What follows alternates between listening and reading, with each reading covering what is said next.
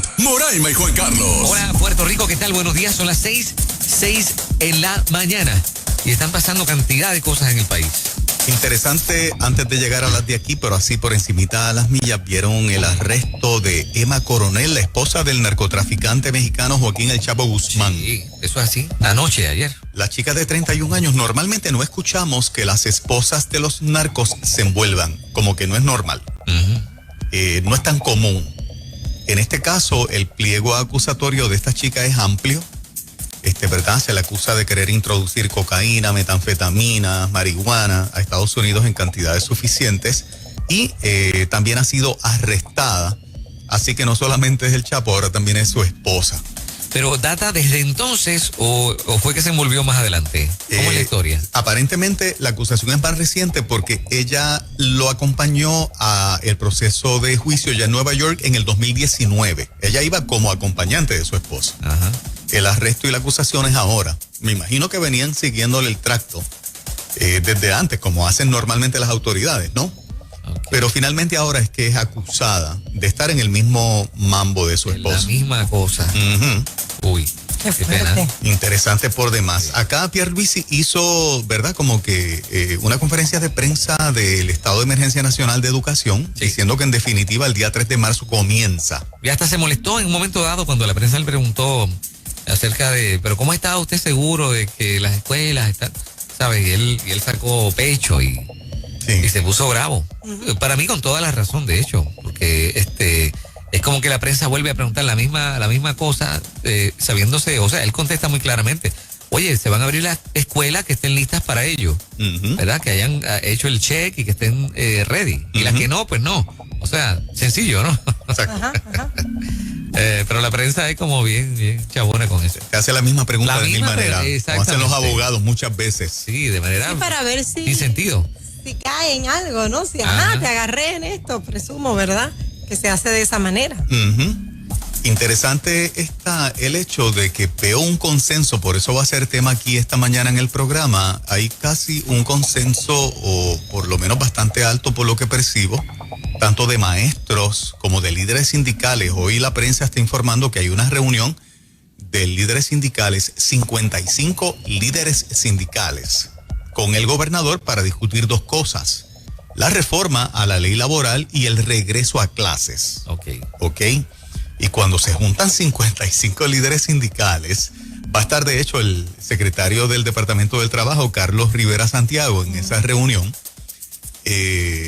Pues la cosa se pone un poquito difícil porque de los líderes sindicales, el SPT, que fue bien activo en la campaña política con el movimiento Victoria Ciudadana, el SPT tiene 10,000 trabajadores en sus filas, es verdad, como organización sindical. 6,000 de ellos son del Departamento de Educación. Wow. Okay. Más de la mitad. La mayoría. Ok, y una de las cosas que SPT le está diciendo al GOBE, o que le va a decir al GOBE, y ya lo dejaron saber a la prensa, es que hay solamente 2,000 conserjes y ahora por el protocolo nuevo se va a necesitar muchos más. Sí. Hay escuelas, dicen ellos, que no tienen un solo conserje asignado, afirman ellos. Por lo tanto, si el protocolo requiere mucho más limpieza y desinfección, hace falta más gente. O sea, está bien empinada la cuesta para que todo abra el día 3, por lo menos las escuelas, y esto se dé. Bueno, si a eso le sumas el issue de los transportistas, estaba escuchando de que hay un fondo que está por asignarse para ellos, para que acondicionen los vehículos. Pero a una semana de comenzar las clases, o sea, debo pensar que eso no va a ser posible. Aparte de eso, la vigilancia, se está pidiendo que se aumente la vigilancia porque hay que estar pendientes a que los niños sigan con el protocolo. O sea, un maestro no da abasto para eso.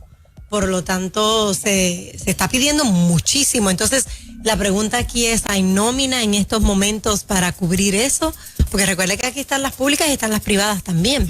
Las públicas las cubre el educación. ¿Tendrán ellos previsto para eso?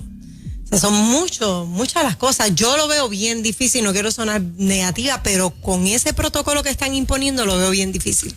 Aparte, por eso queremos hablar con los padres también esta mañana, porque tanto un sector de maestros importantes, ¿verdad? La Federación de Maestros dice que no está el sistema listo y que ellos no estarían, por lo menos la mayoría de su matrícula, dispuestas a regresar, pero aparentemente hay un consenso bastante alto de los padres de tampoco enviar a sus hijos. Sí, o sea, están diciendo si el sistema abre, si las escuelas abren, nosotros no vamos a enviar a los niños. Por eso esta mañana este programa obviamente quiere hablar con los padres cuál es su nivel de verdad, de inseguridad de todo este proceso para entender la posición de ellos. Definitivo. ¿Tienes algo por ahí? ¿Estás mirando algo? Lo que pasa es que, por ejemplo, la epidemióloga todavía, entiendo, ¿no? Fabiola Cruz, dice, si yo tuviera hijos, yo no los mandaba a la escuela. Eso es contundente, sí. ¿Sabes? Sí, la vi hablar anoche en un programa de televisión y cuando contestó esa pregunta, yo dije, wow, si ella es la epidemióloga y manda esa impresión, pues obviamente va a tener un impacto allá afuera bien fuerte, particularmente con los padres. De hecho, publican el protocolo finalmente de seguridad para las escuelas, se compone de 89 páginas. Que cuando, ¿verdad? Para los que lo han leído o han leído sustancialmente el documento, en términos económicos, prácticos, cumplir con ese protocolo tan extenso es otra cuesta demasiado empinada. O sea que empiezas a sumar cosas, hay una fecha de que el día 3 abrimos las escuelas, pero parece que eso en la práctica, de manera real, no va a pasar. Un breakdown para todos los que están al frente de escuelas, colegios, porque no se esperaban que fuese tan riguroso y no contaban con los medios, porque son muchas cosas las que se están solicitando y es para allá. O sea, esto está condicionado, sin esto no abres. O sea, no es que poco a poco lo vas implementando, no. Es que tienes que enviar la lista de cotejo, ¿verdad? Como uno dice, yo no creo que muchos tengan eso. Porque es que 12 meses después no hemos podido bregar con esto. Porque el protocolo ahora es mi pregunta. ¿Por qué ahora? Un año después. Y escuché de ella que, por ejemplo, yo soy el director de la escuela, paso por todos los ítems del protocolo, informo que ya tengo todo set y entonces vienen a supervisar. ¿Ok? Eso no es real. Es un grupo más reducido, son epidemiólogos del Departamento de Educación, del Departamento de Salud, perdón. Imagínate. A esperar entonces que envíen uno a inspeccionar mi escuela. O sea, el tiempo sigue pasando. No sé, tengo la impresión de que con todo lo que conocemos hoy, el GOBE dice que empezamos el día 3, pero la cuesta está demasiado empinada. O sea, todo el andamiaje es bien cuesta arriba. ¿Cuánto tardaron las inspecciones de las escuelas cuando los terremotos? ¿Recuerdan? La cantidad de dificultad para que no llegaban. Y era un área localizada, no era a nivel isla. Exactamente. Esto es a nivel isla. Estuvieron casi un año. Y si es que acabó el proceso. Si es que terminó, porque hay lugares que no. Porque arrancó ¿cómo se llama? La pandemia, y ahí yo creo que se detuvo todo. Se detuvo. Básicamente, escuché un analista sugerir que se olvidaran de las clases y que fuese ¿cómo se llama? Para reponer material desde el 1 de marzo, pero mientras tanto el alcalde de Comerío se está expresando, dice que le está solicitando al gobernador que elimine el receso de verano, o sea que se arranque, fíjate, que se arranquen las clases el 1 de marzo, pero que seguimos por ahí para abajo hasta diciembre. Para mí es una excelente idea. Claro, sí. Llevan demasiado tiempo en la casa, ¿para qué? Claro, no tendría ningún sentido 2 meses de clase y volverlos otra vez para la casa. Correcto, me parece una gran idea, ni la había pensado. Excelente idea. Pero la cosa se ve complicada. Se ve bastante complicada. A mí lo que me ocupa como ciudadano, es que siempre las escuelas no están listas normalmente para el comienzo de clases. Si hay algo que vemos tradicional en los reportajes de televisión en el mes de agosto, fuera de pandemia, fuera de terremotos, es que un montón de escuelas no estaban listas para abrir. Y se hacían los reportajes, siempre encuentras muchas escuelas. Bajo estas circunstancias, todo el mundo está de acuerdo, o sea, un sector significativo está de acuerdo que se comience en agosto. Es que yo creo que en agosto tampoco van a estar. No. Definitivo que no. O sea, basado en lo que el Departamento de Educación siempre nos ha acostumbrado al país, que es como un elefante enorme que no camina, pues todo el mundo, dejémoslo para agosto. Pero es que en agosto tampoco un montón de escuelas no van a estar, entonces seguimos perdiendo tiempo de buena educación para los niños y jóvenes. No solo no van a estar las escuelas, sino que hay personas que no están dispuestas a reportarse a trabajar. No están dispuestas, les cueste lo que les cueste. Otra, sí. No quieren reportarse. Bueno, la información que tengo para discutir con los maestros es, se van a coger a una licencia sin sueldo para no ir. Cientos de maestros. Imagínate. Cuando discutamos ese tema esta mañanita, pues, o sea, ellos están enviando una señal tan sólida, tan contundente. Es que mira, para que no nos critiquen, me imagino yo en parte, ¿no? Para que sepan que estamos en serio con esto y no nos acusen de no queremos trabajar pero seguir cobrando. Dame una licencia sin sueldo.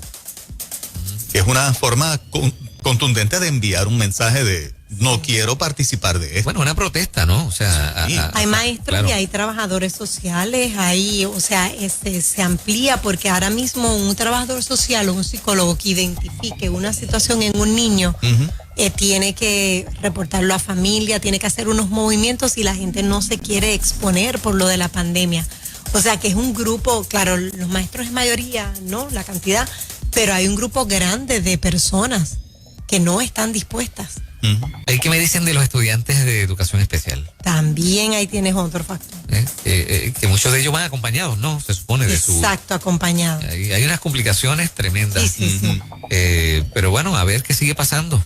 Sí. La verdad es que el reto es demasiado grande, es frustrante. Yo me pregunto qué será lo que hay en la cabeza del gobernador en el sentido de que está tomando la decisión que es bien, poco política, ¿verdad? O sea, no es una cosa del agrado de la mayoría, él lo sabe, aunque yo estoy de acuerdo con él, y me pregunto hasta dónde irá a llegar esto, porque él sigue insistiendo aun cuando el país está volcado contra su decisión.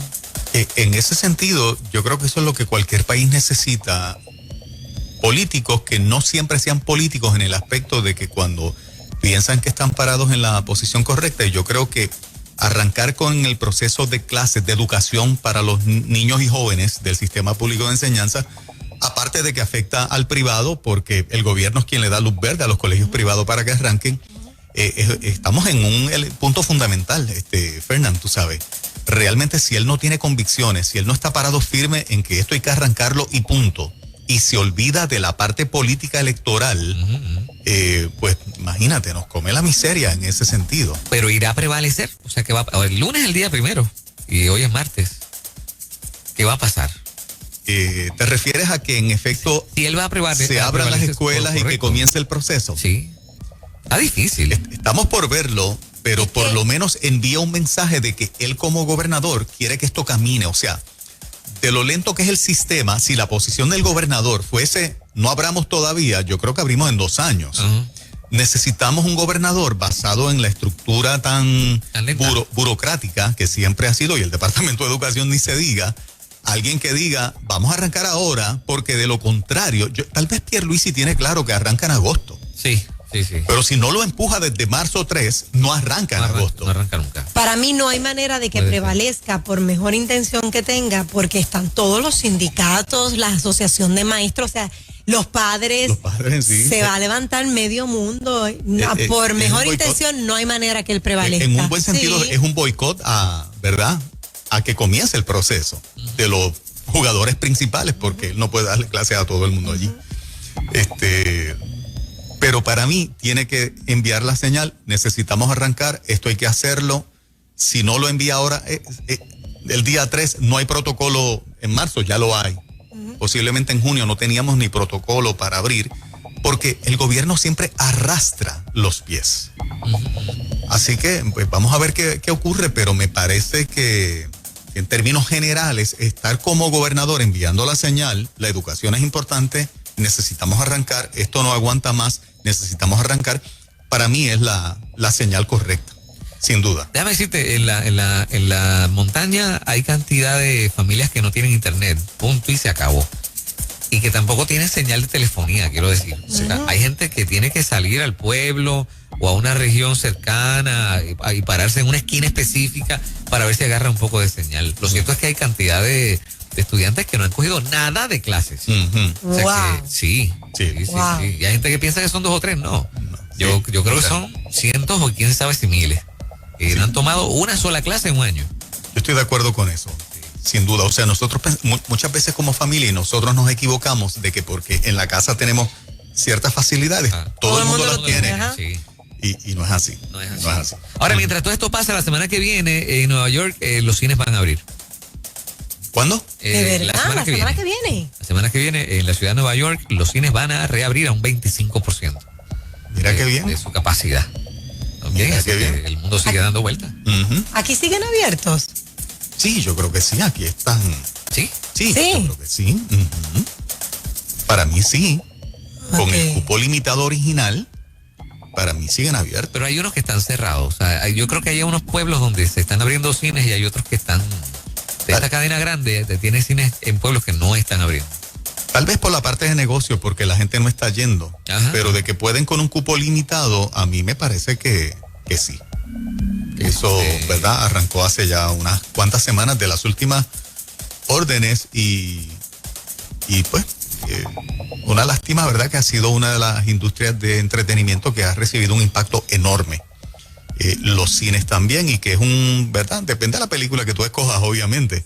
Es un entretenimiento sano siempre que escojas una película que sea buena. Claro. Yo creo que es que la gente, si está abierto, mucha gente no se atreve a ir todavía. Yo creo que es eso. Porque si no he escuchado ni he visto, yo he pasado por cines solitarios. O sea, el estacionamiento está solitario, presumo que no se atreven a ir.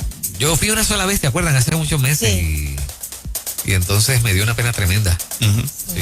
Porque estaba vacío, tú sabes. Qué pena. Muchachos, murió una mujer en Michigan que le hicieron un trasplante de pulmones infectados con COVID. Ay. Escuché algo de eso. Wow, qué cosa más terrible esta.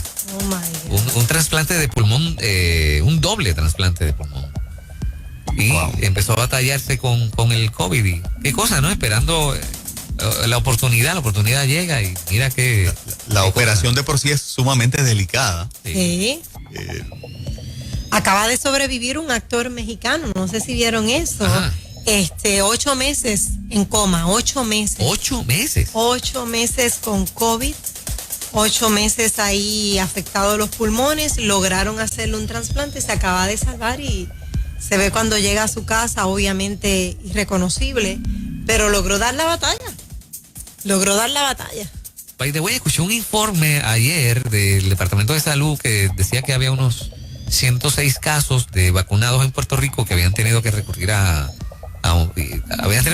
hospital porque se habían puesto bien malos, y de esos 5 de ellos habían sido, o sea, de atención, de varios días de hospitalización. Sí, hay gente que ha tenido su...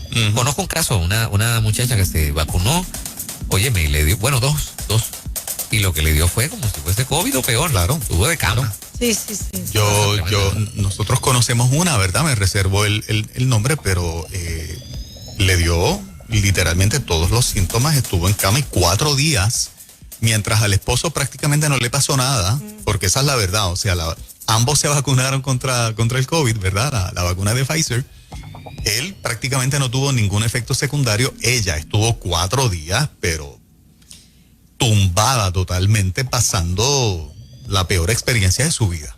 Pero creo que es la segunda dosis, ¿verdad? Correcto, fue en la segunda dosis, sí. ¿Y qué es lo que tiene?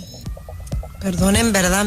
Yo desconozco, pero el llamado refuerzo ese, ahí es que entonces aparentemente el cuerpo crea los anticuerpos contra el COVID, pero para el que lo recibió, en el caso de ella, de hecho, ayer me estaba hablando de su experiencia.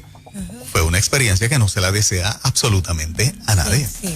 Conozco a alguien también que estuvo de cama, una persona joven, bien joven, que por su trabajo tuvo que ponérsela de cama, pero bien mal, como una semana. Bueno, señores, eso es lo que está pasando. Nos pusimos al día, pero en breve vamos a venir hablando directo con los padres. Con los padres, sí. A ver qué tal. Más o menos podemos adivinar, una palabra. Pero más o menos podemos saber, ¿verdad? Inferir, pero vamos a ver si en algo ha cambiado la cosa. Claro. Así es que eso es lo próximo aquí en Ruta Nueva Vida 97.7. Muy buenos días, Puerto Rico.